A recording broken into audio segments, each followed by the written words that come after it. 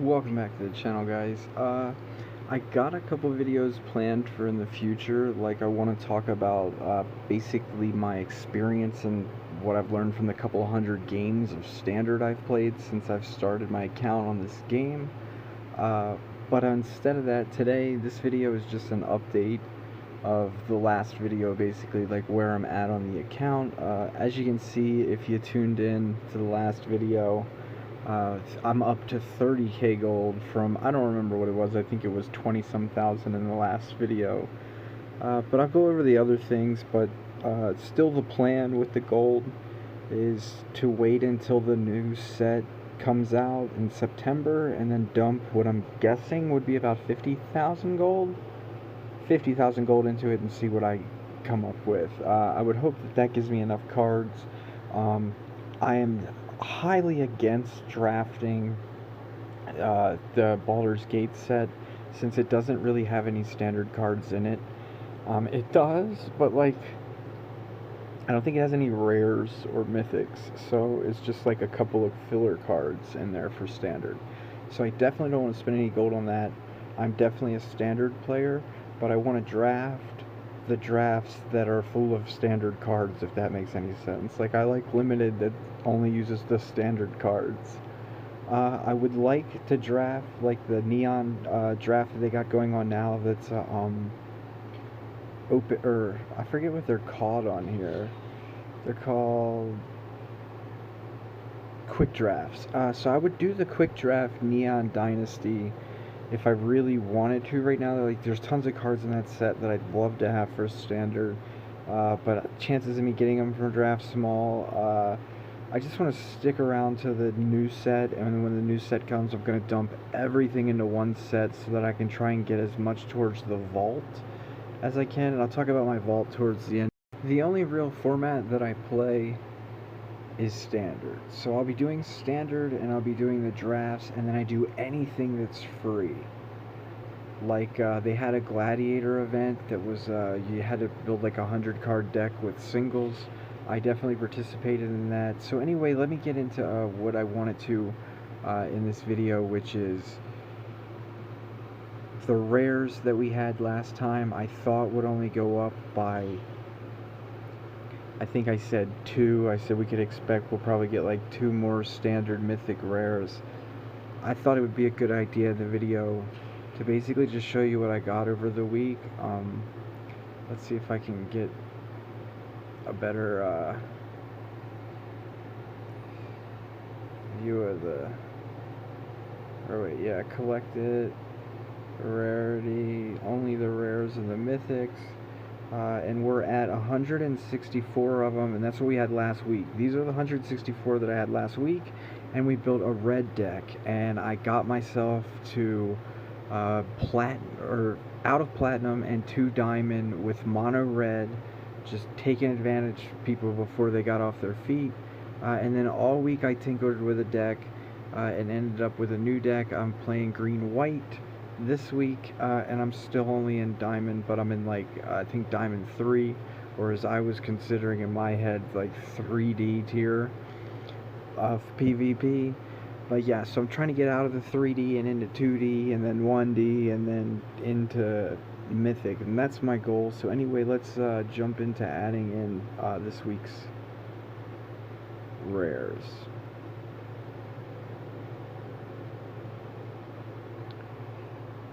Alright, so I just got this one today, Depopulate, and I was extremely excited. I'm not gonna lie, it's the most exciting card that I unlocked since I've been playing on my account. Why?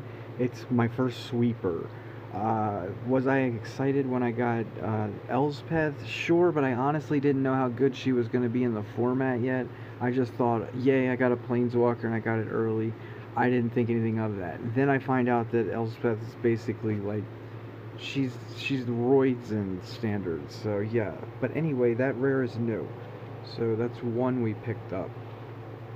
Zoom through. Alright, I got another one of these hollow fountains. I would love to use it. I've played against many people that have used it. The most use I've ever seen anybody get out of it was my enemy made a couple of 1/1s. I've never seen anyone draw a card off of it. I've never seen anyone win a game And I've definitely seen me have it in my deck. So we got one more useless mythic. I wish I could trade that in for something, but it's okay. Let's see, what else? So that's 2. We're up to 166 from 164. Hopefully I don't miss any zooming through here. By the way, this Tenacious Underdog, I can't wait until I start playing Black. I haven't played Black at all yet since I've started the account. Let's see, Curse of Leeches. That's a new one. I don't know anything about it. I see it sometimes, but it's not sending anything on my radar. Let's see, so that's 3 of them this week.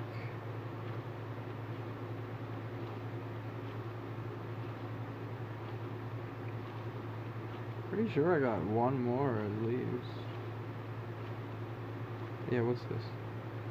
Yeah, so I got the green Marge, which I think there's one of those for every color. So that's 4 of... Oh, here, I got 5 rares. Return target creature card with mana, 3 or less from your graveyard to the battlefield. It gains if this creature is... Yeah, that's a nice card, I like it. I definitely could see use in like a white-black aggressive deck, splashing, you know, white just for that, to be honest. It's already got plenty of removal. Or maybe some other bigger reanimates. But, so I actually got 5, and I thought I had 4. Let me find out I got even more.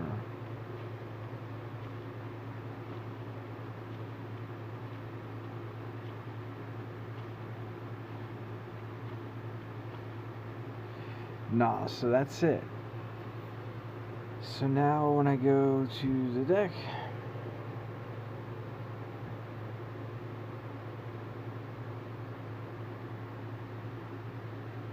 everything lags on here because I've got a 169 card deck, which, by the way, I've been seeing that in Diamond League a lot. I don't know, honest to God, why. I'll talk about it in a future video when I talk about Standard and my understanding of it, but I mean, I definitely understand that Mill is a scary deck and it can kill you pretty quickly, but these 200 card decks aren't really helping against cards that say mill half your library. So anyway, that's my rare pile.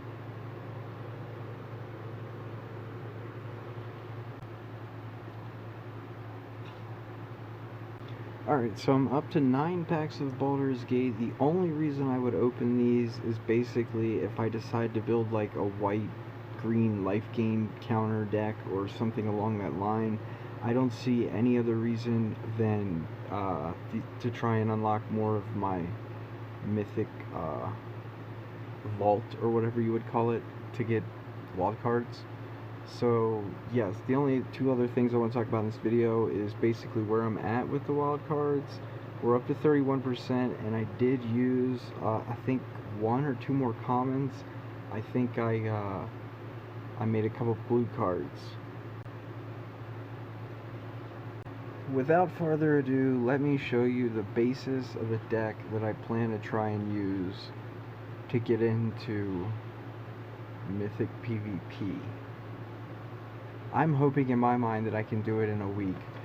So hopefully in the next week's video we're going to be in Mythic tier. And the reason why I say that is because sometimes I can win 4, maybe even 5 games in a row before I start misplaying stupid, crazy mistakes, and then I just get sucked into this pit of endless back and forth win-lose, win-lose, win-lose, win-lose. So if I could say, you know, I guess if I drink some coffee maybe I'd do better, but I'm sort of lazy-minded because I feel like I'm playing with junk, so how much do I want to stress my brain anyway?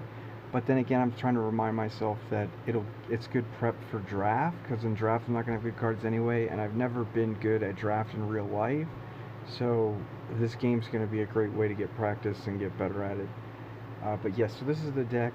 I'm definitely rocking basically all of my best white cards. It's the only deck I've been able to use this guy successfully in. My favorite thing to do with this dude is to start stuffing my dead dudes under him. Meaning if I can get 2 hits in with this guy and stuff 2 of my dudes under him, usually I'm good. Or if I can get 2 hits in with this dude and suck off 2 of their bad guys without having to worry about him getting killed, because I'm running 4 of these now and I'm able to sack them to give him indestructible, or I'm able to play Valor Stance and give him indestructible. So I have a lot of ways to be able to deal with him, and I'm splashing green, I feel like I'm a mono white deck. I'm mono white weenies, and not that I think these are the best weenies in the set or anything, I just feel like this is the best that I own. Definitely loving this. I used it in mono red a lot, and being able to put it on this guy in white is incredible, so I love it mono white. This dude should be a rare. Back when I played Standard, he'd be a rare. I don't know what this is. It's only an uncommon. This dude, he can be, he can win you a game outright sometimes. I played a game and had this one attacker make like 4 tokens in my first, like, I don't know, 3 or 4 turns of Magic, and I spent 1 Magic card, and the other person had already like lost an attacker to 2 blockers, and they had to use a kill spell on the Usher, and I still had 2/1/1s in play or whatever. So I felt like I couldn't even put words around how I felt that this is just an undervalued card. Now, sure, when you draw it late, it's not all that great, but that's not true. I mean, when I'm down to 23 lands, I'm definitely squishing it in there. I'll explain how I got to 23 lands in a future video. But yeah, I'm definitely free to play, running this budget cheap. Why I splashed green was this card. What originally got me splashing green was that card, and then what got me loving green was this card, and what's got me realizing that I'm not a good player is this card, because there's many times where after I die, I feel like if I would have just... I forget that you can do this at instant speed, so I forget that for 4 mana, like Flash, I can discard this dude and return an Elspeth from my graveyard to my hand or something. Like, I don't know, it bugs me, but where I've really been picking up most of my value unexpectedly, basically the most overvalued card in the deck that you wouldn't expect, is this guy. This little Lion Sash guy. He just comes in clutch. So many decks are playing off the graveyard. So many decks aren't, able to deal with a creature that just keeps growing. And then I can feed him myself with this. They feed him by killing my killing my attackers with their blockers. And if I can stack that on a dude before I end my turn, like say they're tapped out and I get, this out and put it on a guy, I don't know if they can't target this with removal anymore. That's my guess, because all their removal spells now have to target the guy that this is on, and then I'm going to get that body back after the guy like, let's say I put it on a 2/2, and they remove the 2/2. Okay, my 2/2's dead, I get this back, and then I eat the 2/2, and now I'm even bigger, like, and I can go on a different guy. So, like, there's so many phenomenal plays that I make, and then the cards, that, like, really suck but really rock is cards like this, basically because there's decks like blue that are trying to bounce things back to your hand. When they bounce my dude back to my hand, it's okay. Or there's dudes that are trying to fly over you and get free wins because they're like, oh, I'm going to beat this deck because they don't have any flyers. Not my deck. That thing's coming out, I'm gaining life, I'm getting a blocker, I'm chump blocking or whatever. And if I put this bad boy on it, any creature in my deck then gets flying. So I've definitely been realizing that, like this guy I only own one of, but there's a lot of times where I underestimate how powerful he could be, because I keep thinking that, I forget that he needs 3 mana to do his thing, but there's a lot of times where people play an enchantment and they start going nuts with this enchantment, like this 6-drop red enchantment that just like wins the game outright. It's like, yeah, but I could have removed 2 counters off of somebody like this guy, and all of a sudden had this guy blowing up that, but I'm not paying attention sometimes. There's just so much going on where I'm trying to get all this damage in before a deck takes off. So yeah, that's where I'm at with the deck. And then this week I plan to grind it out. So if anyone wants to see, a deck tech with grinding this deck out video, like where I'll talk through gameplay, I see that other people that do that on YouTube, but those videos are long. They're like an hour or 2 long, an hour or 2 long sometimes. So like I'm not sure if I'll do that, but anyway, yeah, that's where I'm at, and I will definitely make a video if I break into Mythic before the week is over.